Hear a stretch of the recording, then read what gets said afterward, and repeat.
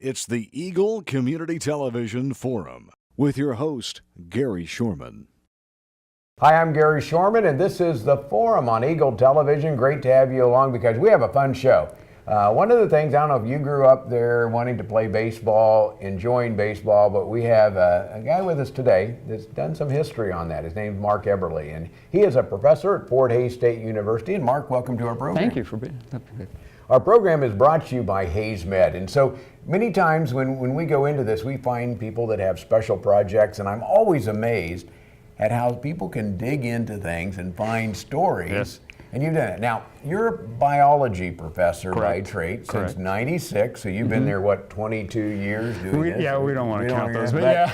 How does a biology professor get hooked up with baseball? Well, it was really just for me doing something on the weekends. It was just really for the pleasure I could derive from it, looking into questions.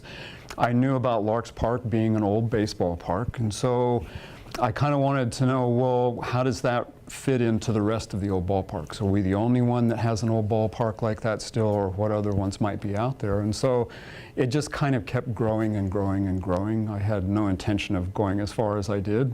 But and as far as he did, he ends up writing a book that talks about baseball, and it's really how baseball got started from really back in 1858. First time we know of baseball being talked about in so Kansas. That's a long time ago. That's a couple centuries ago. Before almost. my time, yeah. And so you look at that. So you wrote the book, and then the book is so cool. You're going to be honored on September 8th in the capital, state of Kansas, for that book. Yeah, that was kind of a surprise, a little bit humbling, because when you do something just for your own pleasure, and it kind of grows into something else, and then other people kind of notice it, it's kind of humbling that they pick up on something. I was just happy doing it for my own benefit. So. Well, it's quite interesting. You read some of the specifics because you look at Kansas. While there are the Kansas City Royals, and there are several teams that have gone through Kansas City, we've really never had a professional baseball team based in Kansas. Correct? Yeah, no major league teams have actually been, because we're on the wrong side of the border. So we've had some minor league teams over the years, but no major league teams. And that was one of the things that I kind of enjoyed too, is a lot of baseball books are about major league teams.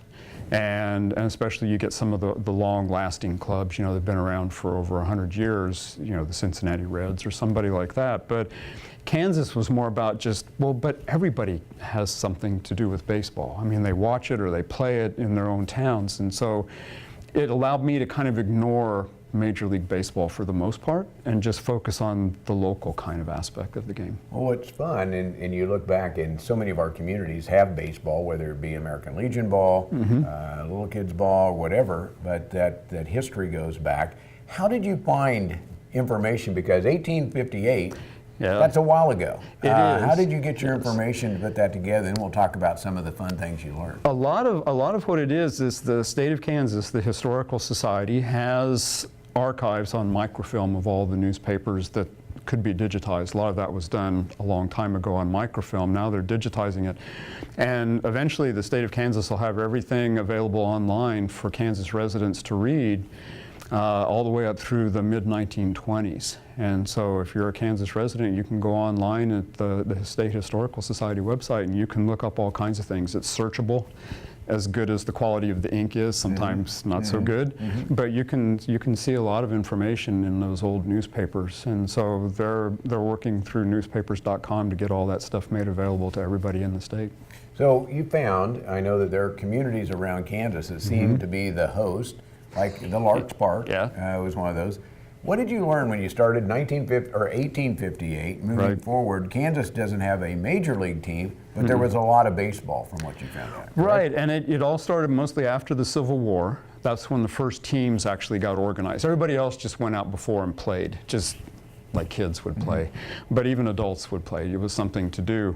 And so the teams really didn't get organized till after the Civil War.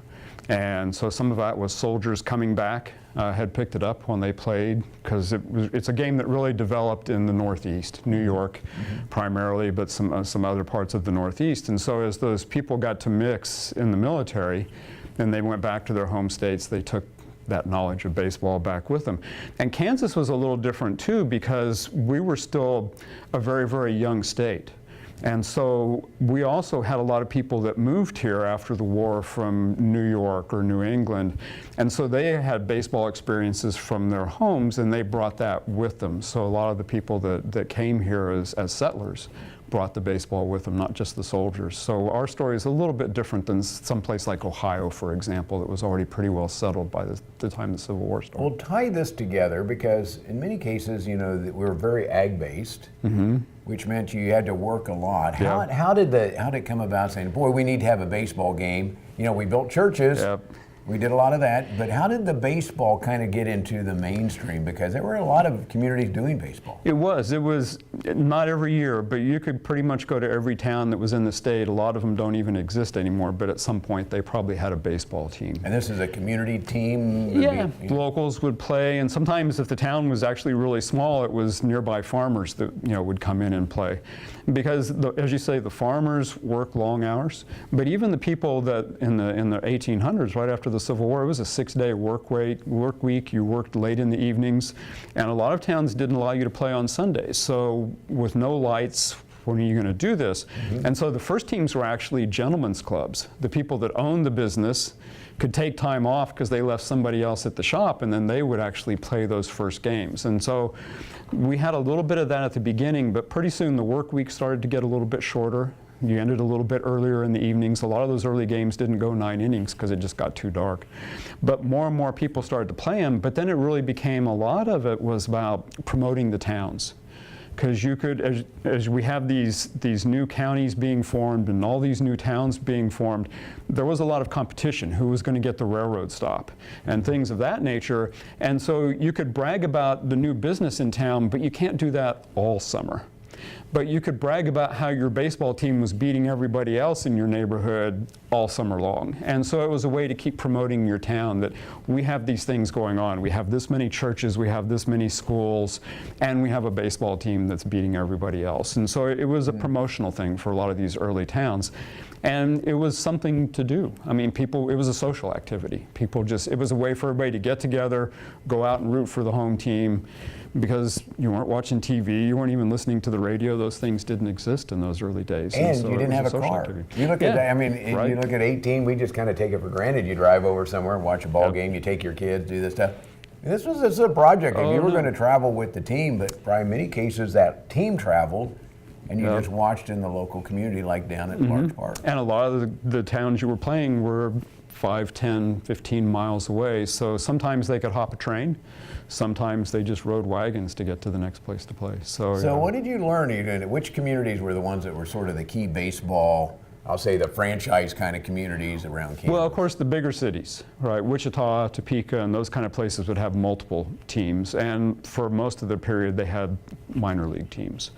So those were pretty common. But there were pretty much some dominant team all over the place. And so it was kind of your local competition. So in your area, you could be the best team. And so it still gave you certain bragging rights. You know, again, the travel was so difficult. A team from Hayes wasn't going to Kansas City to play anybody. It was just too tough to do logistically. And so everybody kind of had their little regional rivalries and things that they would be able to pursue. And so Larned and Great Bend, for example, had a huge rivalry that they almost took to an extreme in some of the ways they'd try and get people to show up to their games and things. So when you look back at history and you do that, what kind of athletes were they? Some of them were actually pretty good athletes. Most of them, they were okay. They're like you and I going out to play baseball. Maybe a little better, but yeah. We had our glove and we had a ball, so away we went. Yeah, and so it was, and a lot of games, there were a lot of games just done for fun, to raise money. For various causes. Some community project, they would go and they'd charge people money and they'd come and everybody would laugh and have a good time, because nobody took those games seriously, but they were fundraisers and things like that too. And so they'd have fats and leans games were really common. And so they'd get some of the prominent people that folks in town all knew who they were, and they'd get out there and play and everybody would laugh. But it was a way of donating money to improve a park or do something at the library or whatever they needed to do for the local community. What other sports were these teams competing with, or was that, because now you have the high school sports, you have the college sports, you have that. Was this the sport for a community? In the early days, yeah, it was. Football and basketball were not quite the sports that were played. They were being played, but it was not the dominant sport that baseball was. And part of that was, I think, baseball was just easy. You could throw sometimes you didn't even have 9 guys. You just threw people out on a field, and you just had a flat piece of ground. You were good to go. The 7th Cavalry used to play when they were on patrol. They'd take, they didn't wear gloves. They'd take a bat and a ball, and then they'd start playing a game just because they needed a break, so they'd go do something to play a game. So it was real easy just to kind of get out there and play. It also was the game that was played outdoors when the weather was nice. And so, right, I mean, you've got this whole long summer to go out there and just go out and have some fun. Basketball initially was outdoors. In fact, basketball, a lot of the basketball games, it was the women's sport. The college down here, when they first started playing, the women would go and play a basketball game on the field, and then they would take down the baskets, and the boys team would play a baseball game on the same field. So it was the game that girls were allowed to play. Girls just really weren't supposed to play baseball, but they could play basketball. And so those sports developed later in the 1900s and became the dominant things they are today. When you're doing this, a lot of authors, when they're doing a book, they find these things that say, wow, that's a cool surprise. Did you have one of those kind of deal, or a couple of them? Yeah, I mean, there were lots of things. Well, I didn't know anything, so I guess everything was kind of a surprise as I started looking into it. But the number of teams just really amazed me, how everybody had a team that went out and played. But then there were just all these other little stories that would pop up. Part of the first half of the book is really about, there was a lot of segregation. And so when you talk about the town team, that was the white men, not women, but white men that played. And then there would be African American teams, there were Mexican American teams, there were American Indian teams, and so there was everybody just wanted to play baseball. And so it was really quite a diverse. There were women's teams. They had the most prejudice to overcome, but there were women's teams that were out playing baseball and such. Even on campus, we had some baseball teams in the 19-teens before World War I. There were some women's baseball teams. But so it was just everywhere. It was just everybody wanted to go out and play, or at least watch if you weren't so good at it. They call it the American pastime. There must be a reason. And it really was. It was that first game that really kind of captured everybody's attention. And so at least now football and basketball and some other soccer are all competing with it for time. A lot of the town teams have gone away. We still put efforts into some communities, as you say, American Legion teams and those kinds of things. It's more of an emphasis on the kids. But then you get places like Hayes that have collegiate league baseball. In this area, collegiate league baseball is a pretty big deal.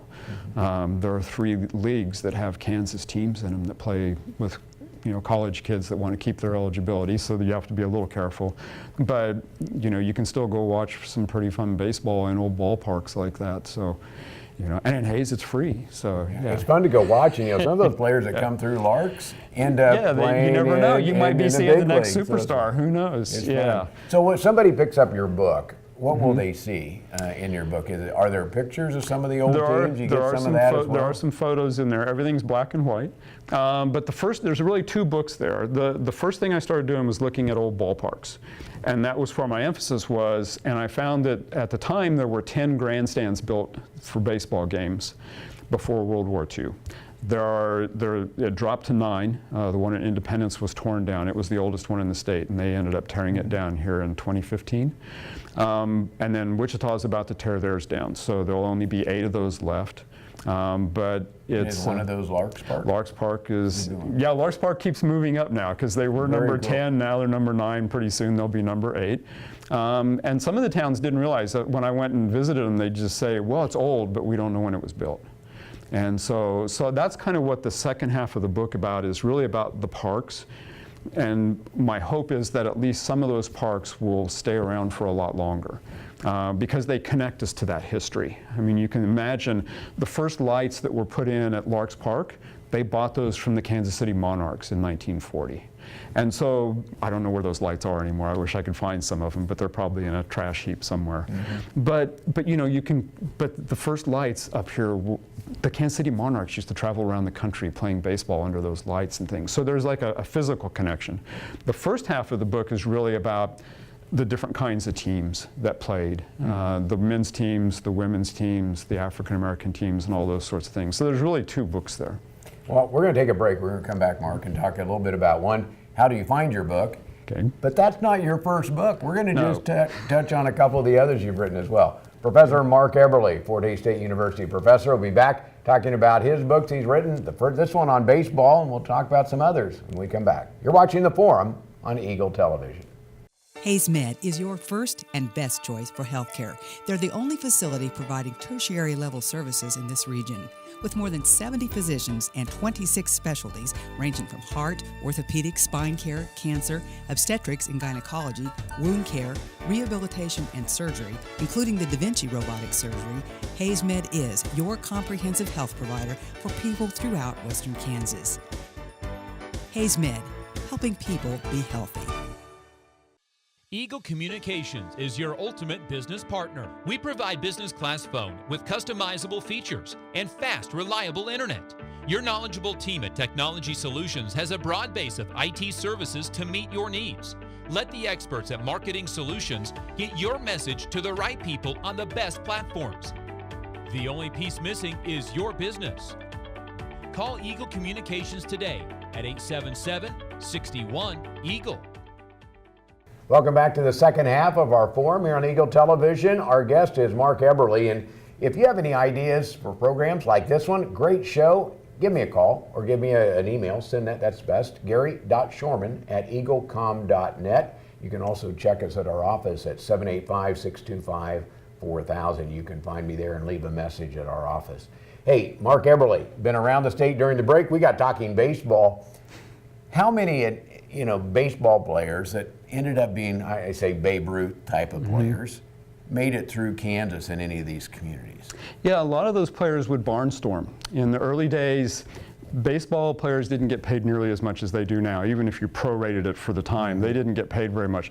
And so a lot of the famous players, Babe Ruth would do this and others, would make tours around the country during the winter, and because they could go farther south where the season could be a little bit longer than if you were in New England, and they would just make more money, sometimes playing other major league players, sometimes playing some local team or something of that nature. But it was a way for them to earn some extra cash as they were trying to make a living playing baseball all the time. Well, you mentioned a world tour that ended up in Kansas of all places. Yeah, in 1913, a couple of the teams, a couple of the better teams, the Chicago White Sox and the New York Giants, supplemented by some other players, made a tour from Chicago to the West Coast, went through Australia and made their way up through Egypt and Europe, and they made a complete circle around the planet playing baseball games. And Blue Rapids was the smallest town up in northeast Kansas, smallest town they played in, and they had to guarantee a certain amount of money, like $1,000, which at the time, 1913, $1,000 is quite a bit of money. And they put that money up, and the town actually sold so many tickets they made a profit. Everybody thought they were crazy. Topeka didn't ask for them. Wichita didn't ask for them. Nobody else asked for them. They did play in Kansas City, but nobody else asked for them. And so they played a game there, and one of the locals was actually an avid photographer, which a little bit unusual in 1913, not a lot of those folks around. And pictures of the parade they did before the game, of all the people coming into town in their Model A's and things of that nature. They ran all kinds of special trains. I found stories from people as far away as Waukene hopping the Union Pacific to head that direction so they could go to the baseball game and see the major league players play a baseball game. So Christy Mathewson and Jim Thorpe was in that game. So there were a lot of famous players that made that trip around through there. So how cool. Well, if you like the book, if you like baseball, you're going to like this book. Where do you go to find the book? If you're here in Hays, where do you go? I know a couple of places in Hays have it. The Sternberg Museum gift shop has it, and the State Historic site, the old Fort Hays bookshop also carries copies of it as well. And there may be some other places, but and I know those two do. If you go online to an Amazon. Yeah, Amazon, Barnes & Noble, any of those places should be able to get And the name of copies. the book that they can put Mark Eberle, Yep. in, probably find it that way. They can, yeah, if they can spell With that your name fish correctly. book. Yeah, let's go. Eberle. Is that right? That's right. And yeah, this is one of the few places I've ever actually been where people actually spell the name correctly. A lot of them change it and put a Y on the end, but yeah. Okay, that part. So But you yeah. go there and do that. And so Yeah. the actual name of the book is? Kansas Baseball, 1858 to 1941. And that's not your only book, so if you put your name in, you might get a book on fish as a biology teacher. That makes sense. There's Yeah. a couple of those out there too. They have a lot more pretty color pictures in them than the baseball book does. But my old roommate from college days, who lives in Kansas City area now, makes his living doing fish illustrations, scientific illustrations with colored pencil primarily. And so we've done a couple of books, one on the fishes of the central United States and one on Kansas fishes. And those show you what the fish look like, and they tell you a little bit about how they go about their life. So we've got a couple of those books out there that are recent additions as well. Mark, it's always amazing the people I have on the program that talk about stories and what they've done and how cool it is to do this. Your story on baseball, I'm excited to go find the book. Just to take a look at some, not only the pictures, but the history that goes with that. Because I grew up around town teams. You heard about the town team. You take it one step farther back into the 1800s when they really were town teams. They really that were. sort of thing. Yep. Exciting to have you here. Hey, thank you. Mark Eberle has been our guest, a professor at Fort Hays State University and author of the book Kansas Baseball, 1858 to 1941. Thanks for watching The Forum. It's brought to you by Hays Med and by Eagle Communications, our community connected.